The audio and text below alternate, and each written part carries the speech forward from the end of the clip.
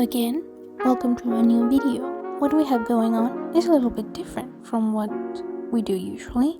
It's not a speed painting or a time lapse. It's just a drawing with me, grab some food or a drink. I don't even know if this would be considered a podcast.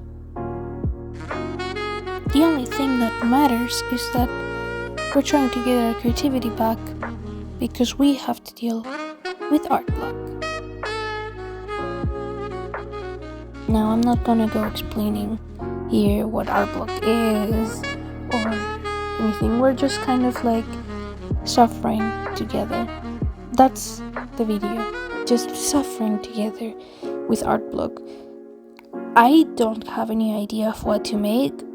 I wanted to make a video, but it's gonna end up just being a video of me venting about me not being able to be as creative as I'd like to, because happily for me, I've had 2 months of being really creative and having so much to draw, and now suddenly this week I just wasn't able to.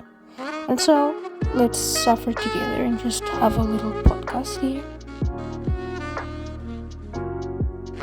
Now, this thing with artblock has been quite a surprise because I have had a creative burst like for 2 months now, and it's been really nice. I've been getting to create many things. I've been even managed to make videos and upload them here, but I don't know what happened. This week has just been a bit more difficult. Maybe I've had more things on my mind, and I know that right now I'm just venting this. I just could not find myself, or I couldn't find that creative piece or part of myself. I couldn't. It just didn't work. It wouldn't show up. And so therefore, I felt guilty every time I drew something with my hoo-hoo markers. And for some reason, things are just not fluid on digital art. And I just feel like everything is too still. And I don't know. I just don't feel creative anymore. When I was doing digital art, and I said, okay, but I've been doing a lot of drawings recently, so I could find a way to do something about it. In my last video, I did say that I kept this sketchbook that I'm trying to fill up for 2 years now, and that has been the most I've ever had a sketchbook. It's just too much time, in my opinion. It's a bigger sketchbook than my other sketchbooks. Yes, it is. But at the same time, I just feel like that is way too much time. That's too much time. Maybe it's because I'm demanding to myself. Anyways, it is what it is. And that's what we're gonna work with. I didn't have much references other for the hands, I think. Everything else, I was kind of thinking about how it could look or what I wanted to draw, something different. Drawing hands sometimes boosts up my creativity because I'm not able to imagine it on my head, so later if I stimulate myself enough by drawing hands, later I can just think about them a lot easier. So it's a creative process that I like. Another technique that I used here is that on the page I used many colors, and using many colors is something that not only helps me focus, but it just is creative to just have many colors around. I don't know, just everything is popping out of the page. It looks good. And I can tell, I don't know, sometimes I don't really feel anything with a color specifically, but when I put so many colors in a page, I can feel like, okay, maybe I am feeling on the mood to use this purple, and because I am in the mood to use this purple, I could draw a character that is with purple,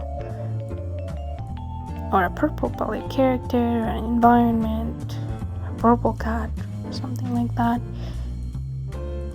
And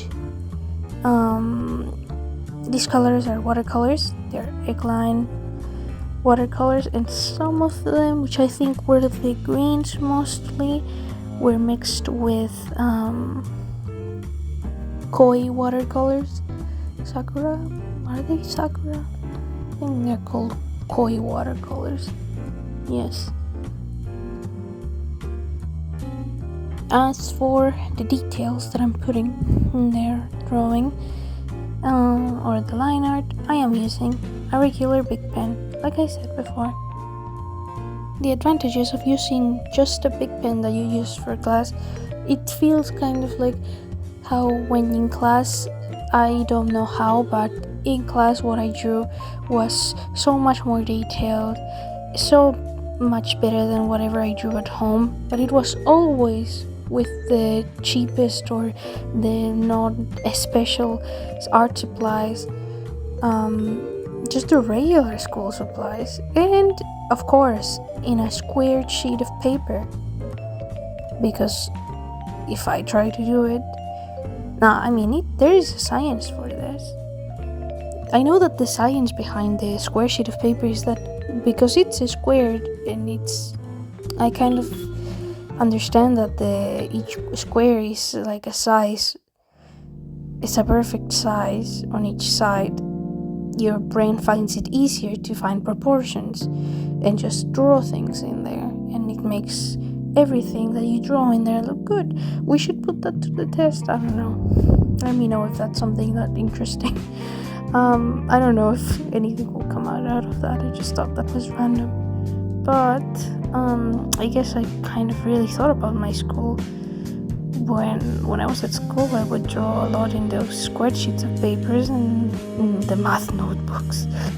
And things would always look better than when I drew anything at home. That was just something. So I just remember that in the end I got sick and I ended up just saving some of those square papers. This is something that I failed to realize I could do eventually, but I could just keep the square sheets of paper rather than tossing them out after school year's gone. I could just make cutouts of the drawings and just stamp them on a sketchbook. So whenever there's an ugly drawing that you don't like, or something that you just wish you could erase from your sketchbook because you just don't like how it came out, you can have these drawings from your notebooks or from, I don't know, your ticket when you went out for a drink with your friends, and just cut it out or just stamp it as it is. You put some glue and just put it in your sketchbook.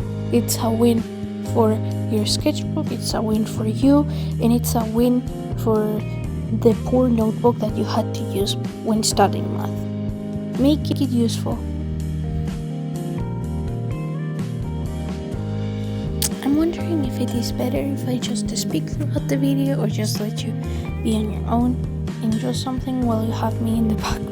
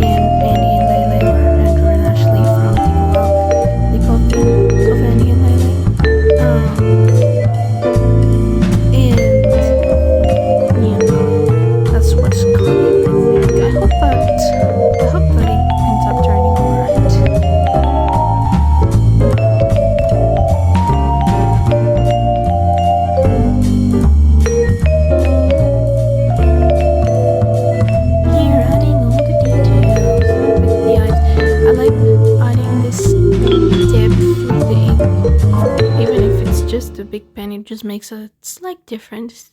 Uh, so my art style, I don't know how I could describe to you. Maybe I could make a video, I guess, later, but my art style was heavily influenced by pocket mirror, obviously, especially in terms of color palette, umori, in terms of face proportions and eyes. But I cannot say that it's entirely umori because umori has a very chibi or cartoonish style, which makes it, I guess, a bit more difficult since the simple or simple something is, the harder it is for me, at least, to try to repeat that again and again in a drawing. And I guess that the RPG makers, I don't know, if you've played RPG making games, you know that there's like art pops up whenever a character talks. I'm very heavily influenced by that, by the characters that appear in RPG maker games. I always wanted to make my own characters and put them in RPG maker games, but I still have yet to make my own game at some point. I just don't know how to do that. But wouldn't that be nice?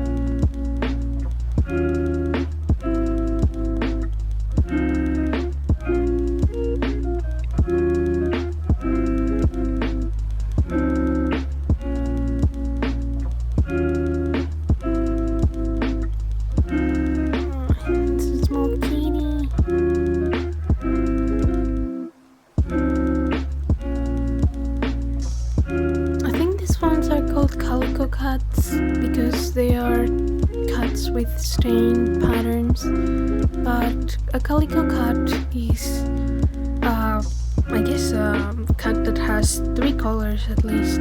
It's like white or black or brown or not yellow. I guess it is an orange cat or a yellow cat. I guess orange cat.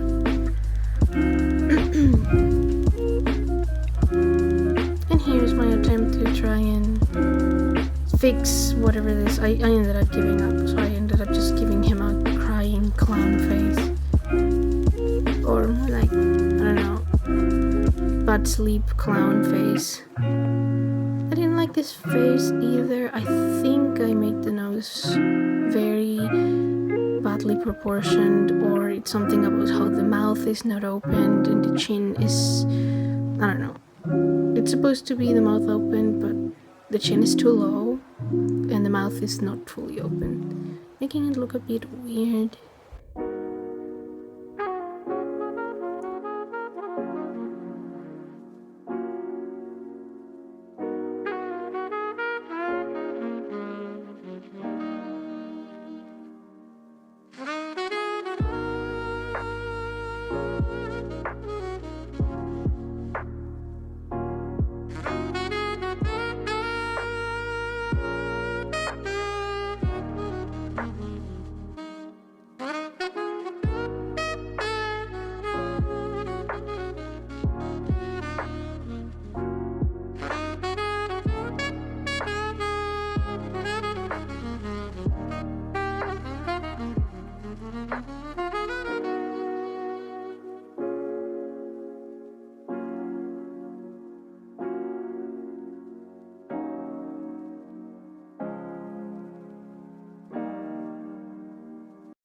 And just like that, we got to the ending of the video.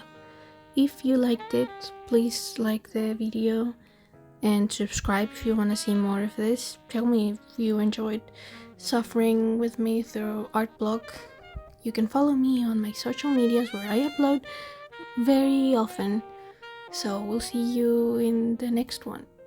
Bye.